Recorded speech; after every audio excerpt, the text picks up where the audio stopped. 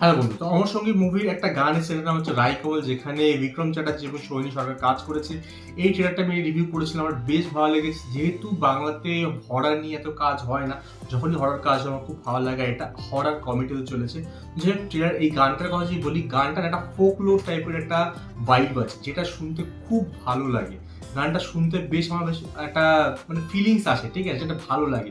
এই ভালো ব্যাপারটা রয়েছে গানটাতে। মিউজিকটা বানিয়েছে তমালিকা গোল্ডার, আর গানটা গেয়েছে হচ্ছে চাক্রপাণি দেব। তো গানটা আমার বেশ ভালো লাগলো। গানটা যে ভিজুয়ালটা দেখানো, সেটা আমার দেখে যেটা মনে হলো যে এই একটা বাড়ি যেখানে এরা থাকতো, বা অনেক পুরনো আগে এখানে থাকতো, মানে সোহিনী সরকারের সাথে এই যে বিক্রম ওখানে থাকতো। ওখানে ওদের একটা প্রেম ভালো ছিল, ওদের এঙ্গেজমেন্ট হয়, বন্ধু বান্ধব মিলে একটা ফটো তোলা, মানে ফটো ওঠানো, ভালোবাসানো, অল দোজ থিং ছিল। এইবার আই থিঙ্ক সোহিনী মরে যাওয়ার পর অনেকদিন পরে ওইখানে আসে, যেখানে গুরু বাড়ি জমে গেছে, সেটা পরিষ্কার করে এবং সেখানে বসে সোহিনীর কথা মনে করে। এটা আই থিঙ্ক একদম সোহিনী মরার পরের ঘটনা। এই গানটা দেখানো হচ্ছে, গানটা খুবই ছোট, হচ্ছে 2 মিনিট 18 সেকেন্ড একটা গান।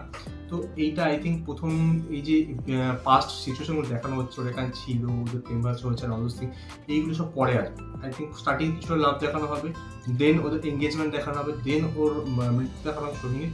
তারপরে গিয়ে এই স্যাডনেসটা কিছু যখন কাটিয়ে আসবে, তারপরে গিয়ে এই জায়গাটা দেখানো হবে যেখানে এই গানটা চলছে। ও এই আই থিঙ্ক কাইন্ড অফ এটা একটা বর্ণিতি বাড়িতে মনে হচ্ছে, বিকজ ইনফ্রাস্ট্রাকচার, এর যে আসবাবপত্র রয়েছে সেগুলো দেখে, ইন্টেরিয়র দেখে মনে হচ্ছে সেখানে বসে ওগুলো মনে করার চেষ্টা করছেন অল দোজ থিং।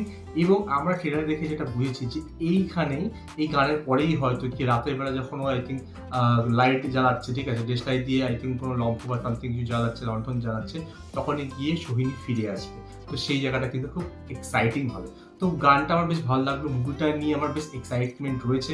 মুভিটা গান ভালো, মুভিটার এই যে হরা এলিমেন্টটা সেটা বেশ ভালো। আর এরা দুজন কিন্তু ভালো অ্যাক্টিং করে, বিক্রম এবং সোহিনী দুজনেই।